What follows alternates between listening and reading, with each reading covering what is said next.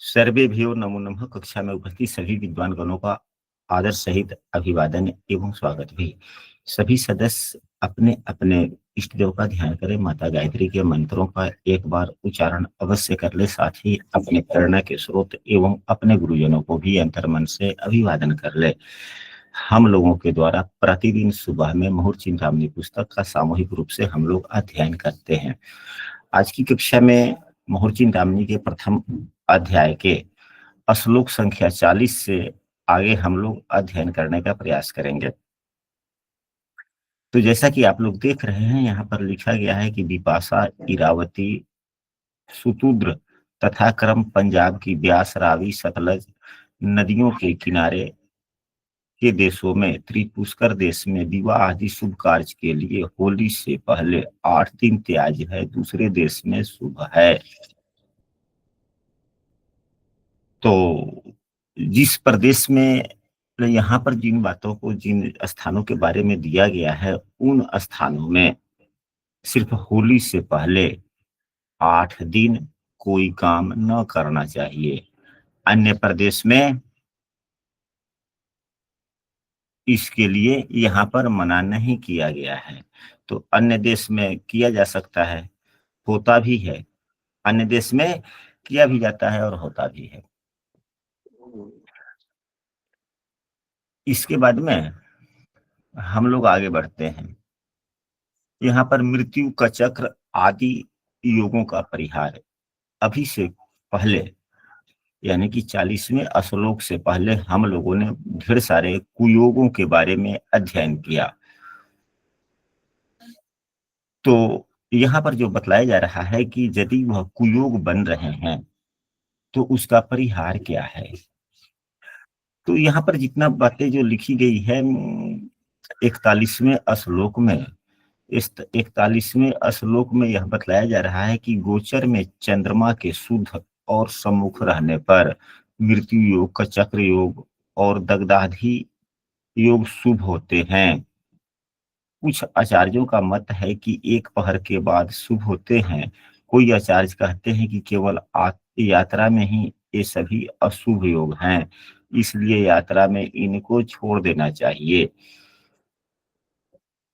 अब यहाँ पर इसको समझने वाली बात है। ठीक है, कुछ कोई आचार्य कहते हैं कि केवल यात्रा में ही यह योग अशुभ है, इसलिए यात्रा में इनको छोड़ देना चाहिए।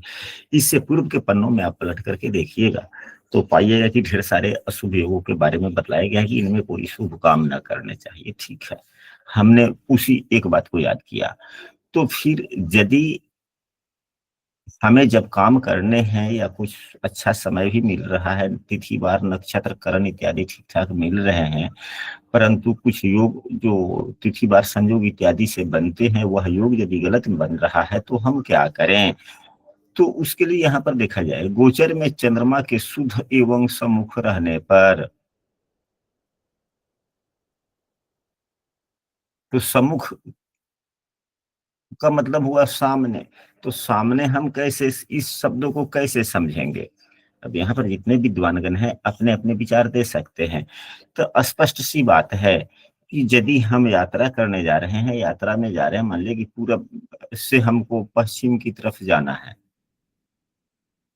तब पश्चिम में ही दिशा में चंद्रमा हो, तब पश्चिम दिशा में चंद्रमा, किस किस राशि के चंद्रमा पश्चिम दिशा में होते हैं। 3, 3, 7, 11, 3, 7, 11। इसके लिए किस दिशा में कौन से चंद्रमा रहते हैं, स्पष्ट सी बात है। 4 दिशाएं होती है। कितनी दिशाएं होती है? 4। 4। तो इसको समझने के लिए हम लोग ऐसे भी समझ सकते हैं, जी हालांकि याद रखना चाहिए हम सबों को, नहीं तो सरल जी शब्दों में 1, 2, 3, 4 दिशा हुआ। तो 4, 5, 6, 7, 8, 9, 10, 11, 12। अब पश्चिम दिशा की बात है तो यह पूरब हुआ, यह दक्षिण हुआ, यह पश्चिम हुआ, यह उत्तर हुआ। तो इस प्रकार से भी हम लोग उंगली पर ऐसे गिन कर रख सकते हैं कि हाँ भाई, 1 पूरब, 2 दक्षिण, 3 पश्चिम, 4 उत्तर, फिर 5 पूरब, 6 दक्षिण, 7 पश्चिम, 8 उत्तर। इस प्रकार से हम लोग क्रमबद्ध याद कर सकते हैं। तो अब यहाँ पर 2 बातें समझ में आती है। एक कि जिस दिशा में हम लोग को यात्रा करना है, सामने यदि चंद्रमा है तो कुयोगों का परिहार हो गया। यहाँ पर स्पष्ट हो गया। जी गुरु जी। यह चंद्रमा अगर सन्मुख है तो सभी कुयोगों का परिहार हो गया, हम चल सकते हैं। अब यहाँ पर देखा जाए और भी बातें लिखी गई है, उससे पहले उसको भी हम सबको समझना है। गोचर में चंद्रमा शुद्ध हो तो यहाँ अब क्या है, तो अन्य चीजों के लिए भी या यात्रा में भी, अब यात्रा में गोचर में शुद्ध, तो गोचर में शुद्ध कैसे समझ सकते हैं? जैसे कि हमारी राशि कोई भी, अगर मान लीजिए कि हम मेष राशि हैं, अगर मेष राशि का कोई व्यक्ति है,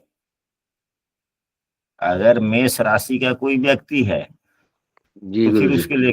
उसके लिए क्या कैसे समझेंगे? अगर मेष राशि का व्यक्ति है और आज ही कहीं जाना है, तो आज चंद्रमा किस राशि में है,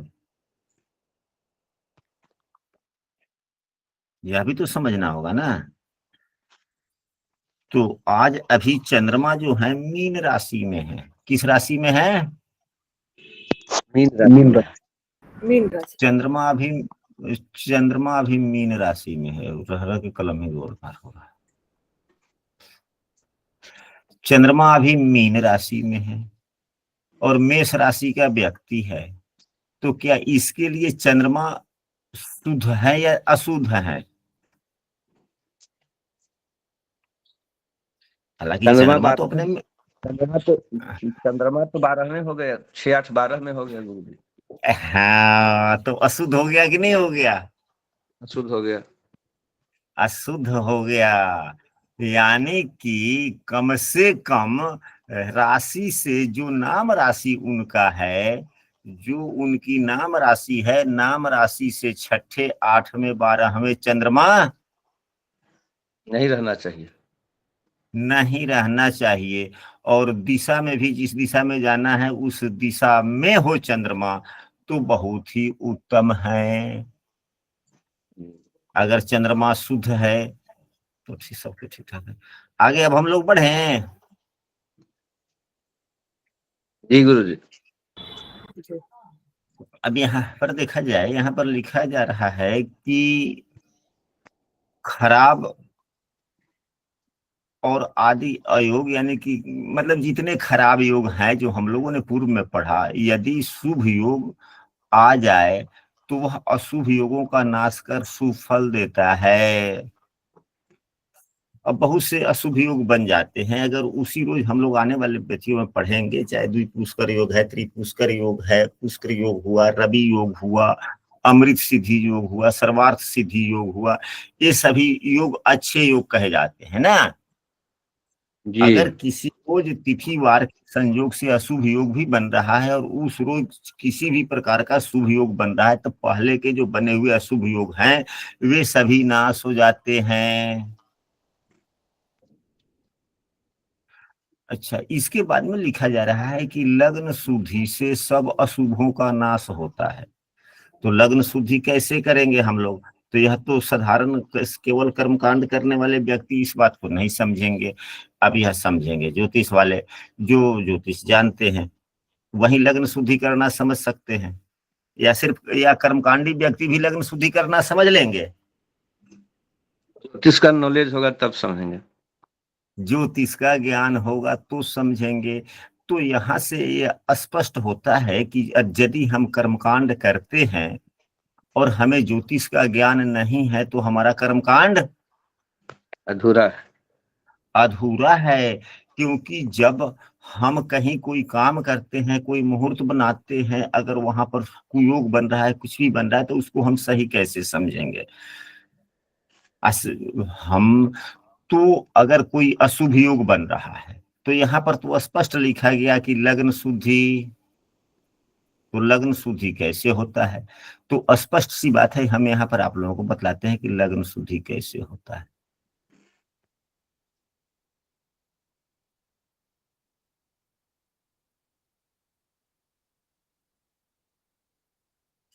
अब जिस लग्न में आप काम करना चाह रहे हैं, अगर मान लिया जाए कि वृषभ लग्न ही है, वृषभ लग्न में आप कोई काम शुरू करना चाह रहे हैं, तो लग्न का जो स्वामी हुआ, अब यहाँ पर 2 नंबर राशि है, इसके स्वामी शुक्रदेव हो गए, तो शुक्रदेव लग्न में ही हो, शुक्रदेव 7वें भाव में हो, या शुक्रदेव अगर लग्न में है या लग्न को देख रहे हैं तो अति उत्तम हो गया, शुद्ध हो गया। यदि अगर लग्न या 7वें भाव में नहीं है, 7वां भाव कहना उचित नहीं होगा, यह कहना उचित होगा कि लग्न लग्न में लग्नेश हो, यानी कि लग्न लग्नेश से युक्त हो, या लग्न को लग्नेश देखे। बहुत से ऐसे लग्न होते हैं जो अलग अलग भावों से भी लग्नेश देख लेते हैं।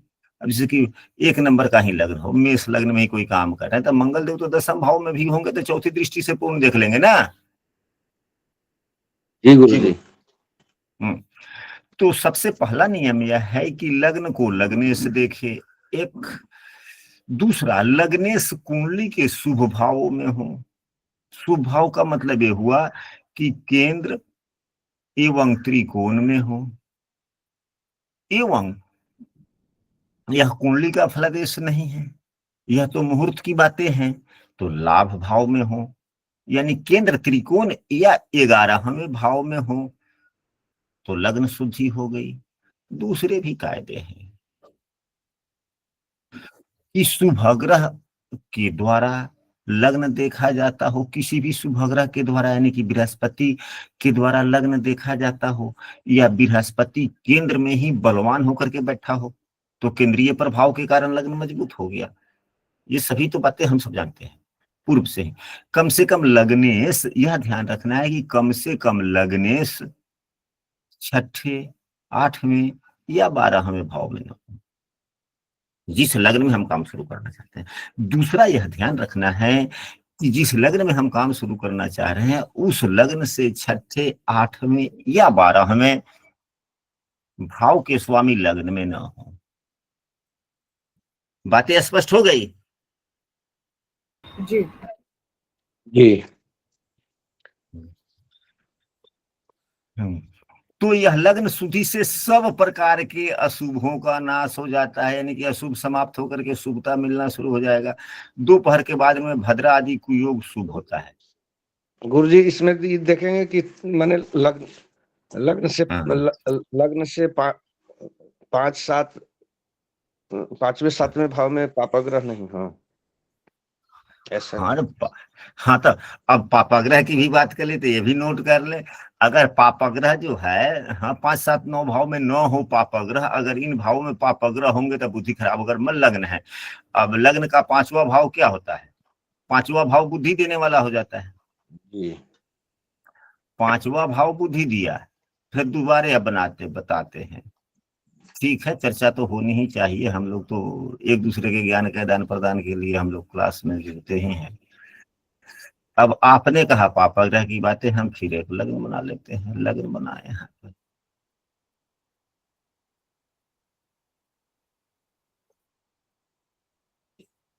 बन गया, ऐसे किए बना है।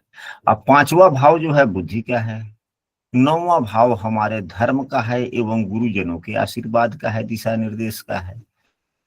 तो अगर लग्न से 5वें भाव में अगर पापग्रह हो जाएगा, शनि चाहे मंगल हो जाएगा, मान लीजिए कि मंगल हो गया, ठीक है, तो क्या होगा? तो जिस काम को हम करने जा रहे हैं, पहले से हमारा दिमाग ठीक ठाक है, सब कुछ शांति है, लेकिन लगने खराब हो जाएगा, तो हम यदि यहाँ 5वें भाव में पापग्रह हो जाएंगे तो हम उस समय काम करना शुरू करेंगे, तो अप्रत्याशित ढंग से, अनायास ढंग से हमारे मन में उग्रता आ जाएगी, और कोई भी व्यक्ति कुछ बात कहेगा तो तुरंत चिड़चिड़ापन आ सकता है, जिससे हमारे मन की एकाग्रता भंग होगी एवं हम क्रोधित हो सकते हैं। और जब क्रोधित हो जाएंगे तो किए गए कार्यों का कोई भी सुफल नहीं मिलेगा। दूसरा, अगर 9वें भाव में अगर पापग्रह है, तो पापग्रह हमको धर्म, आस्था, विश्वास से अलग करते हैं। तो यदि जिस लग्न में हम काम शुरू कर रहे हैं, वहां से यदि 9वें भाव में अगर पापग्रह है, तो 9वां भाव हमारा धर्म, आस्था का है या नहीं है, विश्वास का है कि नहीं है? तो जब धर्म आस्था एवं विश्वास की ही कमी रहेगी, होगा ही नहीं। अब हम पूजे पाठ में मंत्र का जप करने बैठ गए, मंत्र का जप करने बैठ गए। तो बैठ गए कि हाँ भाई ठीक है, सब कुछ चल रहा है, और मंत्र का जप कर रहे हैं, मन में आ जाएगा होगा कि नहीं होगा, होगा कि नहीं होगा। बैठ गए पूजा पर और मन चला गया भोजन पे, मन चला गया मित्रों के पास में, यानी कि दिग्भ्रमित करेगा, वह आस्था विश्वास से हटा देगा, तो क्या फल मिला। इसलिए लग्न शुद्धि आवश्यक है। हाँ, पाप ग्रहों का छठे तीसरे भाव में हो जाए पाप ग्रह, अच्छी बात है। या राहु तीसरे भाव में हो, या छठे भाव में कोई भी पाप ग्रह हो, 11वें भाव में भी पापग्रह अच्छे फल दे देते हैं, क्योंकि 11वां भाव इच्छा का है। पापग्रह स्वार्थी होते हैं, अपने लिए सोचते हैं। तो जब कोई भी काम अगर आप करने जा रहे हैं, अगर वैसे 11वें भाव में बैठे हो कोई भी ग्रह अच्छे फल देते हैं, ठीक फल देते हैं, तो वहां पर तो अच्छी बात है। तो अपने स्वार्थ के लिए, अपने फायदे के लिए तो कोई आदमी काम करता है ना। अब ब्रजेश जी बोला जाए, अब कहाँ तक की बात करते हैं, ठीक हुआ, जी बातें ठीक है स्पष्ट गुरुजी। हो। अब इसके बाद में हम लोग आगे चलते हैं।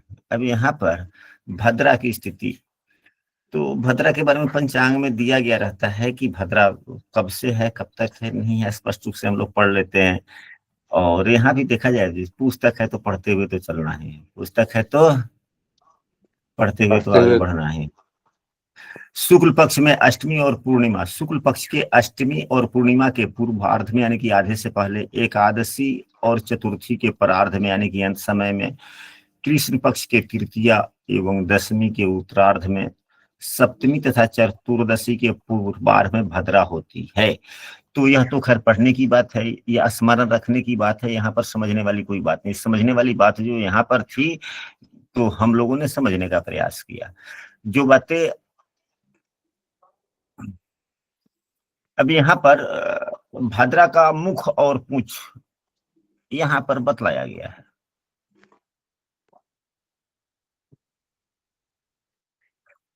तो जब यह विषम परिस्थितियों में कभी कभी इसका इस्तेमाल होता है, शुक्ल पक्ष की पंचमी के 5वें पहर आदि की 5 घटी अष्टमी, अष्टमी में दूसरे पहर आदि की 5 घटी, एकादशी में 7वें पहर आदि की 5 घटी, पूर्णिमा के 4थे पहर आदि, कृष्ण की तृतीया इत्यादि सब पढ़ेंगे तो आप पाएंगे। लेकिन भद्रा के बारे में, परिहार के बारे में जितनी बातें बतलाई गई है, यदि भद्रा के परिहार के बारे में हम लोग पढ़ेंगे तो यह पालेंगे कि भद्रा का उतना कोई खास महत्व नहीं होता, क्योंकि जो भद्रा दिन से शुरू होकर रात तक चले, उस भद्रा का कोई फल नहीं होता है, परिहार हो जाता है।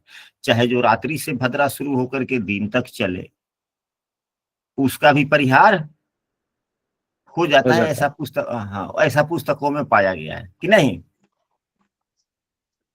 आप लोगों ने कहीं पढ़ा है कि नहीं इस बात को, पढ़ना चाहिए। इसमें भी कहीं दिया होगा, हम लोग आगे पढ़ लेंगे। और सबसे बड़ी बात यहाँ पर यह है कि यदि भद्रा हो भी, यदि भद्रा हो भी तो इस पुस्तक की सारणी के अनुसार भद्रा के मुख को छोड़ देते हैं। यहाँ पर मुख और पूंछ सभी बतलाया गया है, तो मुख को छोड़ देते हैं और भद्रा के पूंछ शुभ होता है, उसमें हम अपना काम शुरू करते हैं। लेकिन अब यहाँ पर देखा जाए कि कुंभ मीन कर्क सिंह राशि में चंद्रमा हो तो भद्रा मनुष्य लोक में रहती है। मीन कर्क और सिंह इस राशि में चंद्रमा हो तो भद्रा मृत्यु लोक में रहती है। शेष राशियों का चंद्रमा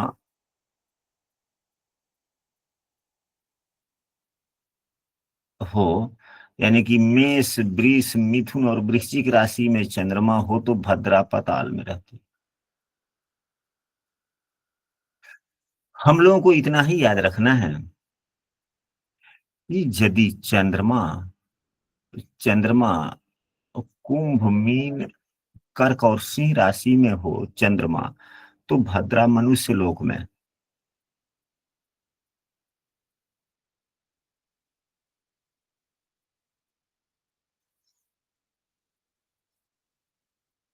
मेष, वृष, मिथुन और वृश्चिक राशि में चंद्रमा हो तो पाताल में। स्वर्ग का, तो स्वर्ग अब शेष जो बच गया वह स्वर्ग, यहाँ पर श्लोक में भी स्पष्ट है, स्वर्ग के बारे में भी यहाँ पर बतलाया गया है।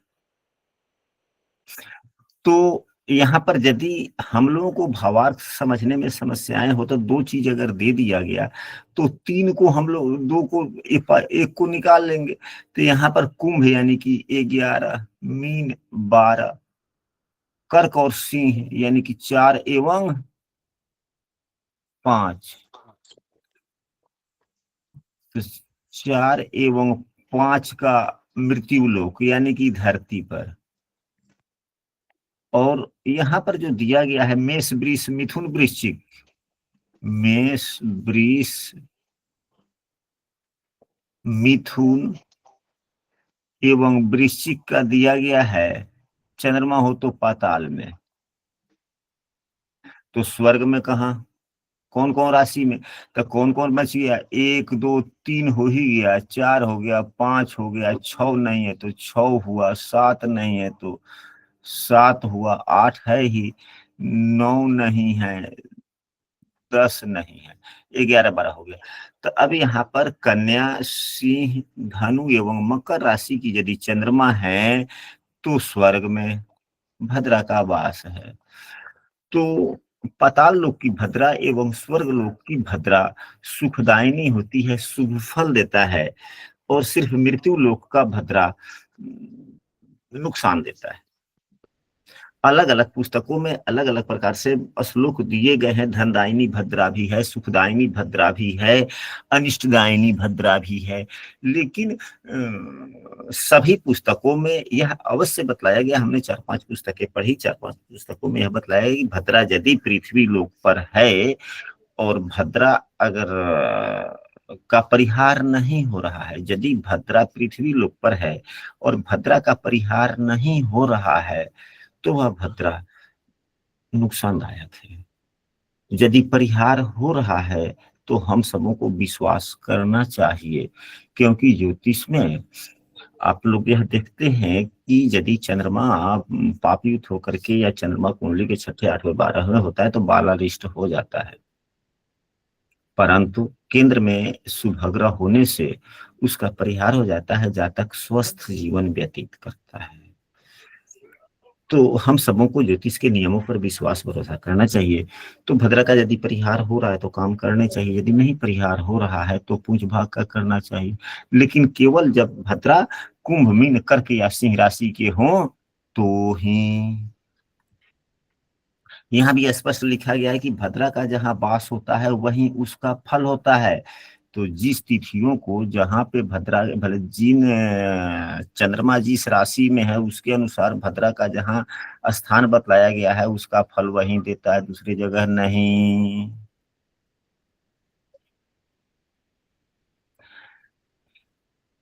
अब इसके बाद में यहाँ पर एक बहुत अच्छी बात बतलाई गई है,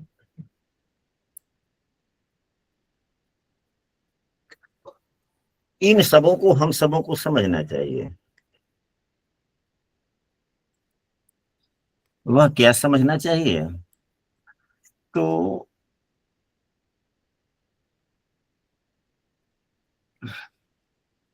गुरु शुक्र के अस्तादि में वर्जकाश, तो गुरु शुक्र के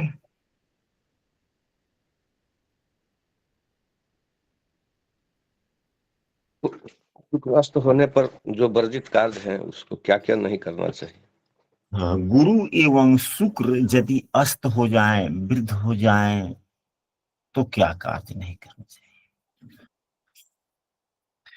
तो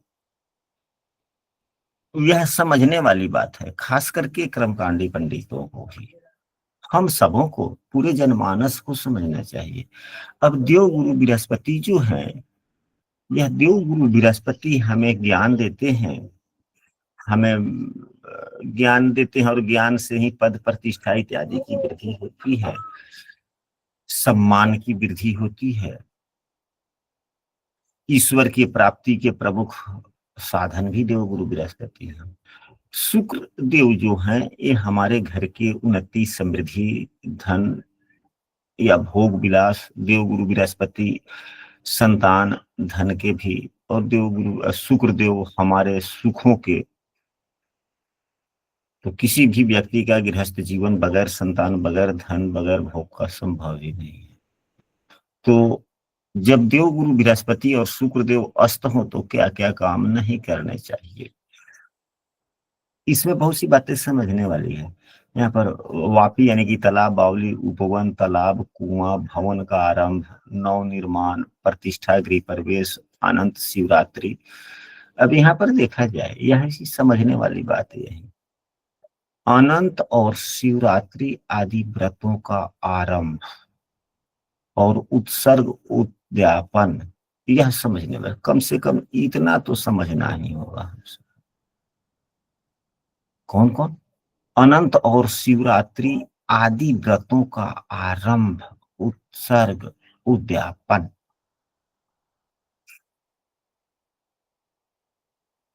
तो यहाँ पर तो दो ही व्रत के नाम दिए गए हैं, तो क्या दो ही व्रत हम शुरू नहीं कर सकते हैं? अनंत व्रत, तो अनंत व्रत तो भादो महीना के चतुर्दशी तिथि को होता है, कोई कोई करता है, कोई कोई नहीं करता है, इसकी उतनी नहीं। शिवरात्रि सभी लोग करते हैं। तो यह अनंत व्रत ही नहीं, शिवरात्रि व्रत ही नहीं, कोई भी व्रत यदि हम आरंभ करने जा रहे हैं, चाहे छठ व्रत हो, नवरात्र व्रत हो, शिवरात्रि व्रत हो, एकादशी व्रत हो, कोई भी व्रत हो, हालांकि एकादशी व्रत के लिए तो कोई बात नहीं, देवउठान एकादशी कर सकते हैं, हम कोई भी व्रत त्योहार, कोई भी व्रत का आरंभ करना हो, चाहे छठ व्रत हो या नवरात्रि व्रत हो, शिवरात्रि व्रत हो या कोई व्रत, अगर हम शुरू कर रहे हैं तो अपने गुरुजनों से, आचार्यगणों से जरूर पूछें कि क्या शुभारंभ करने योग्य है या नहीं है,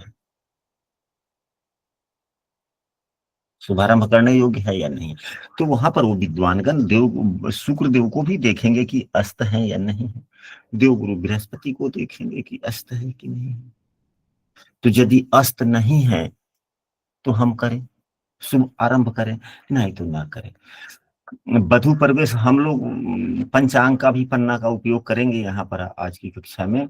और यहाँ पर देखा जाए, वधु प्रवेश, खोडस, महादान, सोमयोग, श्राद्ध, गोदान, केशांत कर्म, अनान्यमान भोजन, जगशाला, प्याऊ, प्रथम श्रावणी कर्म, वेद व्रत, महानामनी व्रत का और वेदिन का आरंभ, बालों का संस्कार, देवता की स्थापना, गुरु से मंत्र ग्रहण करना, उपनयन, विवाह, मुंडन, प्रथम देवा तीर्थ गमन, संन्यास, अग्निहोत्र, राज दर्शन, यात्रा, चतुर्मास समावर्तन, कर्ण वेद, दिव्य प्रयास, सब गुरु और शुक्र के वृद्धत्व, अस्त बालत्व में मलमास तथा 6 मास में त्याग देना चाहिए। तो खैर मलमास 6 मास में हम लोगों ने पूर्व में भी पढ़ लिया और यहाँ भी। तो यहाँ पर अब 3 बातें आ गई, यानी कि बाल अवस्था के हों या वृद्ध अवस्था के हों या अस्त हों तो नहीं करना चाहिए। तो बाल अवस्था, वृद्ध अवस्था तो वैसे तो 24 अंश से लेकर 6 अंशों तक सभी ग्रह बाल या वृद्ध ही रहते हैं, सभी ग्रह। बाल्यकाल में, बाल अवस्था के। हाँ, मतलब 24 अंश से लेकर 6 अंशों के बीच में जितने भी ग्रह होते हैं वे सभी ग्रह या तो बाल अवस्था में होते हैं या वृद्ध अवस्था में होते हैं, राशियों के अनुरूप। वो तो सम विषम राशियों पर निर्भर करती है कि किस राशि में है। अब इस वर्ष तो यहाँ पर अब हम लोग कल की कक्षा में श्लोक संख्या 48 से आगे पढ़ने का प्रयास करेंगे। और अभी हम ये थोड़ा सा पंचांग से देखते हैं कि इस वर्ष कार्तिक में जो छठ व्रत अगर कोई शुरू करने वाला है तो कर सकता है कि नहीं कर सकता है, क्या देवगुरु बृहस्पति और शुक्रदेव अस्त हैं कि नहीं हैं। तो कार्तिक शुक्ल पक्ष में व्रत किस रोज से शुरू किया जाएगा? अभी तो कल ही चर्चा चली थी ना, तो ये बात पता चला था हम लोगों को कि चौथी तिथि 25 तारीख को,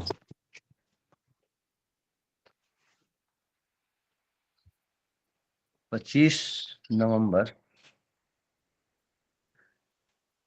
25 अक्टूबर से गुरु जी। हाँ 25 हाँ, तो उसी रोज देखा जाएगा ना। तो 25 अक्टूबर चतुर्थी तिथि हुई।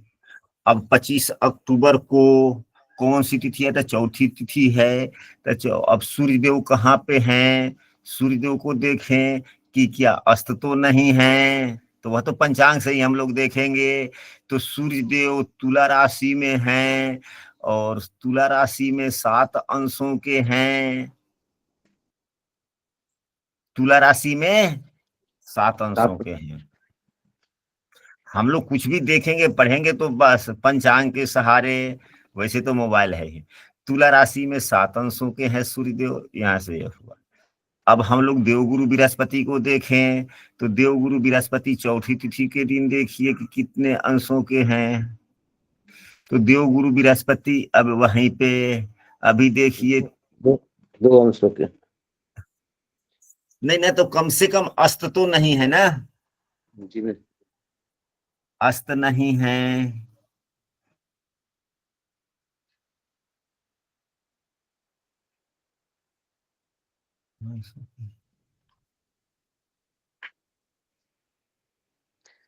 तो बाल काल में अच्छा। लिया जाएगा गुरु जी, दो अच्छा, अंश को। और शुक्रदेव को देखा जाए, यह किस राशि में है?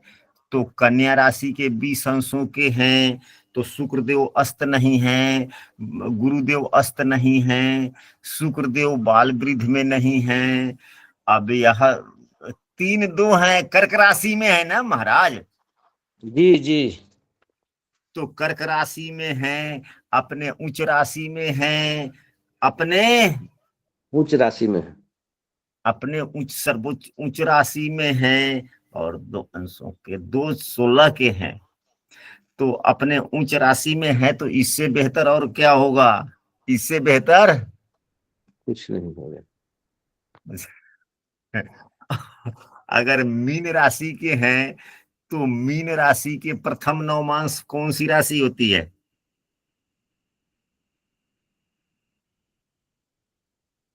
अगर 9 मासों की भी बात, नहीं ना, हाँ, मीन राशि कर्क राशि का प्रथम 9 मास कौन सा होता है? 28 24 4 28, बोला जाए। अब यहाँ पर असली ज्योतिषी का यहीं पे व्यस्तता है, देखिए। तो कर्क राशि का पहला 9 मास किस राशि में जाएगा? कर्क राशि। कर्क में। कर्क में ही जाएगा। तो यह उच्च के वर्गोत्तम हो गए। इससे ज्यादा शुभ इस वर्ष के इतना शुभ कोई त्योहार, छठ व्रत का त्योहार जल्दी मिलेगा? अगर किसी को नया शुरू करना हो, यदि किसी को नया शुरू करना हो, तो इस वर्ष कितना उत्तम दिन है। इस वर्ष शुरू किया जा सकता है, कारण कि अगले वर्ष तो अधिक मास हो जाएगा। बात तो अगले बार अधिक मास के दिन, अगर इस वर्ष अगर अधिक मास नहीं होता, अगर गुरु या शुक्र अस्त होते, तो क्या आप कर लेते? नहीं करते। तो फिर बात यहाँ मलमास की नहीं है, अधिक मास की नहीं है, बात यहाँ पर ग्रहों की स्थितियों की है। तो यहाँ पर इस वर्ष शुक्र देव कन्या राशि में है, अस्त भी नहीं है। और ये सूर्य देव तुला राशि में है, अस्त नहीं है। देव शुक्र देव यहाँ पर बड़े मजबूत स्थिति में है, 20 अंशों के हैं, वृद्धस्त नहीं है। अब देवगुरु बृहस्पति की बात की जाए, तो देवगुरु बृहस्पति अगर यहाँ पर सम राशि में है, कर्क राशि में है, 2 अंशों के हैं, तो सम राशि में यह मृतावस्था के है ना, 2 अंशों के मृतावस्था हुआ। जी। परंतु इनकी वास्तविक स्थिति देखा जाए तो कर्क राशि में ये उच्च के होते हैं, और दूसरा 9 मास में देखा जाए तो 9 मास में ही उच्च के हो गए, यानी कि वर्गोत्तम उच्च के हो गए। तो सभी प्रकार के तो समाप्त हो। तो इससे उत्तम इस वर्ष तो अगर कोई व्यक्ति छठ व्रत शुरू करता है, तो अच्छा फल मिलने के जिस मनोकामना से। तो देवगुरु बृहस्पति क्या है? देवगुरु बृहस्पति संतान के कारक हैं, विद्या बुद्धि ज्ञान के कारक हैं। तो यदि कोई व्यक्ति संतान हेतु, अपने संतान के ज्ञान बुद्धि विकास हेतु या धन की अभिलाषा, शुक्रदेव भी अच्छी स्थिति में है।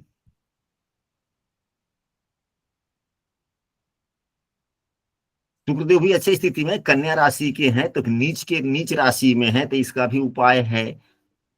तो व्रत अगर शुरू करे तो अच्छी बात फल है।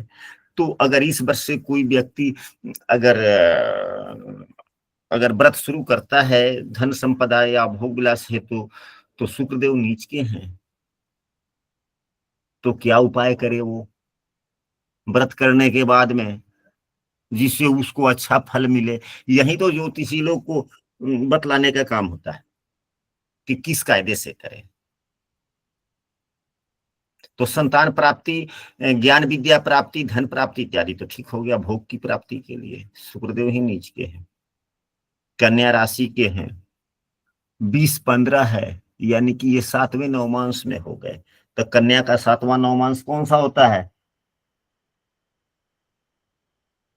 उसे कम कर देंगे, 5-9 45, 45-7 52।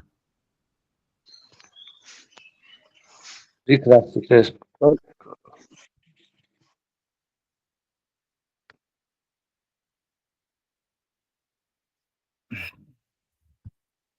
9-5 45, 45-7 52, 52 में 12 से भाग देंगे, 12-4 48, निकल गया, बच गया 4। कर्क राशि ना, कर्क राशि का हो गया। हाँ, तो कर्क राशि के हो गया। तो यहाँ पर यह देखना है कि यह नवमांश में उच्च के हो रहे हैं कि नहीं। तो यदि नवमांश में उच्च के हो रहे हैं तो किसी भी प्रकार की कोई सावधानी की जरूरत नहीं। यदि नवमांश में उच्च के नहीं है तो हम लोग व्रती को यह सुझाव दे सकते हैं कि हाँ, आप व्रत शुरू कीजिए और सब कुछ ठीक ठाक होगा। और पारण करने से पहले शुक्रदेव की वस्तु, जैसे चावल वगैरह हुआ, कुछ साड़ी वगैरह हुआ, कुछ भी हुआ, सफेद चीज जो शुक्रदेव की वस्तु है, आप व्रत करें, भगवान को जल दे, अर्घ दे। उसके बाद में कुछ वस्तु कि हाँ, हे भगवान, हमारे घर में इस चीज की वस्तु, इसके लिए कुछ चावल वगैरह दान करे, कुछ दान करके तब पारण करे ना। यानी कि जी शुक्रदेव नीच के हैं। जी जी जी, तो शुक्र का फिर क्या? दान।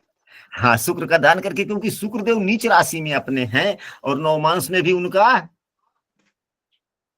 कर्क राशि है, ऊंच का नहीं हो रहे हैं। नहीं हो रहा है, नीच भंग नहीं हो रहे हैं। और शुक्र क्या, शुक्र बुध की युति है। तो बुधदेव को देख लीजिए, बुधदेव उस रोज कहाँ है? वृश्चिक राशि में है। शुक्र बुध की युति भी नहीं है। यदि शुक्र बुध की युति होती तो भी परिहार हो गया होता, यानी नीच भंग हो जाता ना। तो नीच भंग तो हो नहीं रहा है। यानी शुक्र देव, बुध देव तो वृश्चिक राशि में है, यहाँ देखे ना, जी जी, 7-1 वृश्चिक राशि में है। वही बात है। चंद्रमा उस रोज किस राशि में? चंद्रमा से भी अगर नीच भंग देख लेंगे कि हो रहा है कि नहीं हो रहा है, तो चंद्रमा उस रोज धनु राशि में है। नहीं, वृश्चिक राशि में है चंद्रमा, अपने नीच राशि में। हाँ, वृश्चिक राशि में चंद्रमा है। और यह किस राशि में है? तो यह कन्या राशि में है। तो भी वृश्चिक राशि से भी केंद्र में नहीं हुआ। हालांकि अगर केंद्र में भी होता तो चंद्रमा नीच राशि का है, तो नीच के ग्रह से वो नहीं होगा। चंद्रमा और तो शुक्र दोनों नीच के हो गए। हाँ, तो चंद्रमा नीच के हो गए, ठीक है। वह अलग विषय वस्तु है। व्रत का उद्यापन शुरू करने के लिए, आरंभ करने के लिए हम लोगों ने नहीं पढ़ा। हम लोगों को कोई यात्रा नहीं करना है। यात्रा में चंद्रमा के लिए ज्यादा कुछ देखा जाता है, क्योंकि चंद्रमा बड़ा तेज गति से चलता है ना, तो यात्रा में प्रधानता हो जाती है। व्रत त्योहार में तो गुरु शुक्र को ही देखा जाता है। तो हम आशा करते हैं कि आज की यह कक्षा आप लोगों को बहुत अच्छा लगा होगा और आप सबों को ज्ञानवर्धन में सहायता मिली होगी। यदि यह कक्षा अच्छी लगती है तो आप लोग अपने मित्रों को भी इस समूह के लिंक को शेयर करें, और ताकि जय किशन जी, हाँ माइक गुरु जी, माइक बंद कर, माइक बंद। यदि हम लोगों की परिचर्चा यदि आप लोगों को अच्छी लगती है तो अन्य अपने मित्रों को भी लिंक शेयर करें, ताकि अधिक से अधिक सदस्यों को, व्यक्तियों को इसका लाभ मिल सके।